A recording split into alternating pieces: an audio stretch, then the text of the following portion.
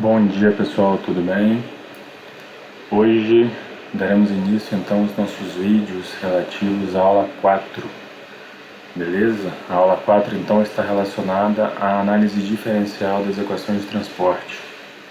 Até então a gente veio crescendo na nossa disciplina da seguinte forma: entendemos primeiramente o conceito de fluido, as propriedades mais importantes de fluidos e escoamentos. Depois a gente aprendeu a trabalhar com as equações de conservação para as leis físicas na forma integral. Então a gente trabalhou com a lei física de conservação da massa, quantidade de movimento e energia, todas para a forma integral aplicadas a um volume de controle. A última etapa agora dessa disciplina é a gente compreender a aplicação das equações na sua forma diferencial.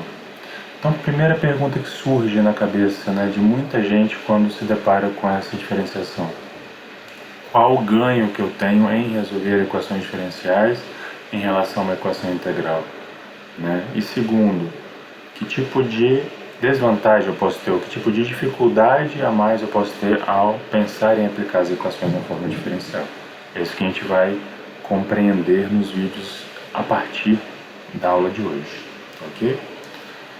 Então, dando continuidade,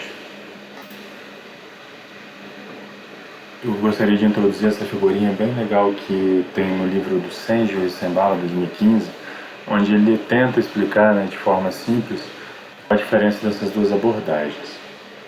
Então, na esquerda, a gente tem o que foi feito até então, que é a análise integral.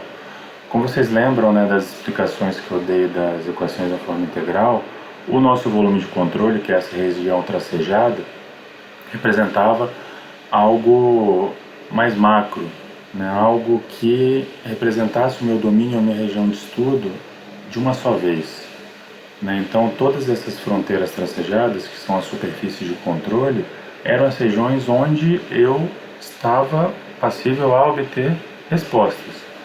Então, tudo que eu quero saber com relação à minha grandeza de conservação, seja massa, quantidade de movimento ou energia, era obtido na fronteira, ok? Em todas essas regiões tracejadas. Então aqui, por exemplo, eu tenho três fronteiras imaginárias e uma fronteira sólida. Então, em termos de velocidade, o que eu tinha de informação era justamente o que ele mostra aqui nessa imagem. Se eu tenho um escoamento uniforme adentrando o volume de controle, eu consigo compreender somente nessas duas outras fronteiras como que o escoamento ele é modificado por essa estrutura aqui no interior. Tá? Agora, se eu preciso saber se houve alguma aceleração do escoamento aqui próximo a essa região pontiaguda da minha estrutura, ou se houve algum tipo de velocidade baixa e zona de recirculação atrás do obstáculo, eu não consigo com a minha análise integral. Então, a forma como ela foi deduzida, a forma como ela foi construída, não me permite obter detalhamento do escoamento ou das propriedades do escoamento na região de interesse. Tá? Então, o que é feito? Nosso volume de controle pela macro vai virar infinitesimal, diferencial, e as equações de transporte serão deduzidas para esses volumes de controle diferenciais. Aí a abordagem vai ser ponto a ponto, não mais a volume de controle macro a volume de controle macro. Ok? Então o que ele mostra aqui na direita é o resultado do mesmo problema, exatamente o mesmo escoamento ao redor desse obstáculo isolado, onde todas essas estruturas que eu acabei de identificar para vocês são visíveis. Então aqui, regiões de recirculação, que são regiões onde o escoamento ele possui uma velocidade mais reduzida e ele gira ao redor de um próprio eixo. E aqui eu tenho uma aceleração, que quando o escoamento ele se depara com uma superfície sólida, então ele tem que passar por algum lugar, então ele vai acelerar em uma outra região e vai mudar de direção também. Então esse tipo de característica, esse tipo de estrutura é visível em uma análise diferencial, ok? Então, características gerais sem detalhamento, análise integral. Obtenção de equações diferenciais e distribuição ponto a ponto do campo da propriedade de interesse, Isso é obtido unicamente com a análise diferencial das equações de transporte. Observem bem que a gente vai trabalhar com as mesmas equações de conservação, agora em uma abordagem para volume de controle diferencial. Essa é a principal diferença. Ao longo dos próximos exemplos, vou mostrar para vocês efetivamente na prática, né, como que isso aparece e como que isso é aplicado. Então aqui é um artigo onde o objetivo dos autores era identificar o escoamento ao redor de um obstáculo onde placas solares foram instaladas nos telhados, né? E além disso, ele estava interessado em conhecer a deposição de material particulado sobre esses telhados, o que pode promover uma redução na eficiência da captação da energia. Então observem que aqui na esquerda eu tenho o que a gente chama de domínio de estudo, ou para uma análise computacional é o domínio computacional, e na direita ele está detalhando o posicionamento de todos os volumes de controle diferenciais. Então cada retângulozinho, cada quadradinho desse formado aqui no desenho ao redor do prédio é agora um volume de controle diferencial.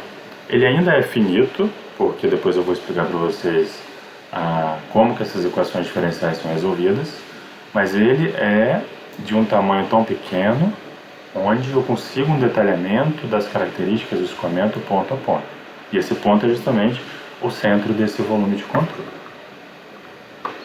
Aqui mais uma análise desse mesmo trabalho, né, onde é possível identificar o resultado detalhado e refinado, né, do escoamento ao redor dessa edificação, desse obstáculo.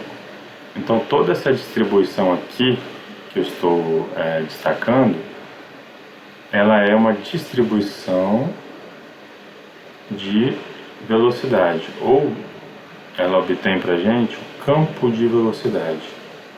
E o campo de velocidades, ele é um resultado único e exclusivo de uma análise diferencial, onde o ponto a ponto da grandeza e velocidade vai ser obtido com a resolução dessas equações diferenciais governantes. Lembrando que essas equações diferenciais governantes podem ser resolvidas de três formas: analítica, computacional ou numérica, e também experimental por meio de análises em túnel de vento ou em campo. Tá? Só que essa última eu não estou resolvendo a equação, estou medindo e eu posso comprovar depois com a aplicação da equação. Agora, a resolução analítica e a resolução numérica, sim, eu preciso da equação diferencial para poder resolvê-la de alguma forma, né? Ou obter o campo da propriedade de interesse após a resolução dessas equações. Outro exemplo, né, na mesma linha, o escoamento ao redor de um obstáculo, onde vocês podem ver cada bolinha dessa representando uma linha de trajetória. Tá? Lembrem-se lá, né, das aulas anteriores, onde vocês leram no livro a descrição da linha de trajetória. Então aqui eu tenho, né, a linha de trajetória desse escoamento. O que é interessante observar aqui é que cada linha dessa, cada bolinha possui um tempo de residência aqui nesse domínio bem diferente, possui uma velocidade do escoamento bem diferente. O que eu queria que vocês observassem são duas regiões principais. Essa aqui no pé do obstáculo na zona frontal, e essa região aqui, ó, na região atrás, né, do obstáculo, onde a gente tem a formação da zona de recirculação e esses grandes vórtices aqui. Então, observe como a partícula ela fica um tempo de residência muito maior nessa região devido à própria característica do escoamento ali. Então, esse detalhamento eu só consigo resolvendo uma equação diferencial de transporte. E outro exemplo da área ambiental, onde eu tenho, né, o estudo em escala real da dispersão do lançamento de um efluente em uma baía. Né? Então, na direita aqui, eu tenho a discriminação dos volumes de controle. Então, cada triângulo desse é um volume de controle diferencial. E aqui o resultado, né, onde ele mostra temporalmente a evolução do andamento, né, dessa pluma onde ele está colorindo aqui pela concentração do poluente que está sendo lançado. Na direita, eu tenho uma outra forma de visualização, que são vetores velocidade, onde, além da magnitude, eu consigo identificar sentido e direção desse escoamento por meio da análise aqui, né, dos vetores velocidade. Então aqui é bem interessante observar que o jato de lançamento do efluente nesse corpo hídrico forma aqui, né, uma região de recirculação que acaba acumulando um pouco aqui, né, o poluente próximo do ponto de lançamento, que ambientalmente é um problema ali para aquela região. E outras duas aplicações interessantes, né, da resolução de equações diferenciais. Na esquerda eu tenho o estudo da distribuição de temperatura em um ambiente interno, especificamente são salas de computadores onde está sendo avaliado a carga térmica, né, e a capacidade do sistema de resfriamento do ambiente em manter as condições adequadas de temperatura dos computadores. Então ali eu tenho, além da distribuição das linhas de corrente do escoamento, eu tenho também a distribuição de temperatura. Observem, né, que na parte mais entre essas colunas de computadores aqui, eu tenho velocidades menores, temperaturas menores, provando ali que o resfriamento pode estar funcionando. Na direita, né, eu tenho então aqui a distribuição de pressões e umidificação, que é a carga de pressão, carga de vento, né, que é a carga de pressão, que o pessoal da engenharia civil trabalha bastante no dimensionamento de edificações, e isso pode ser previsto por meio também da resolução das equações de transporte com uma técnica computacional. A gente para por aqui nos exemplos. No próximo vídeo, então, a gente vai deduzir e discutir um pouco a primeira equação de conservação diferencial, que é a equação da continuidade ou equação da conservação da massa.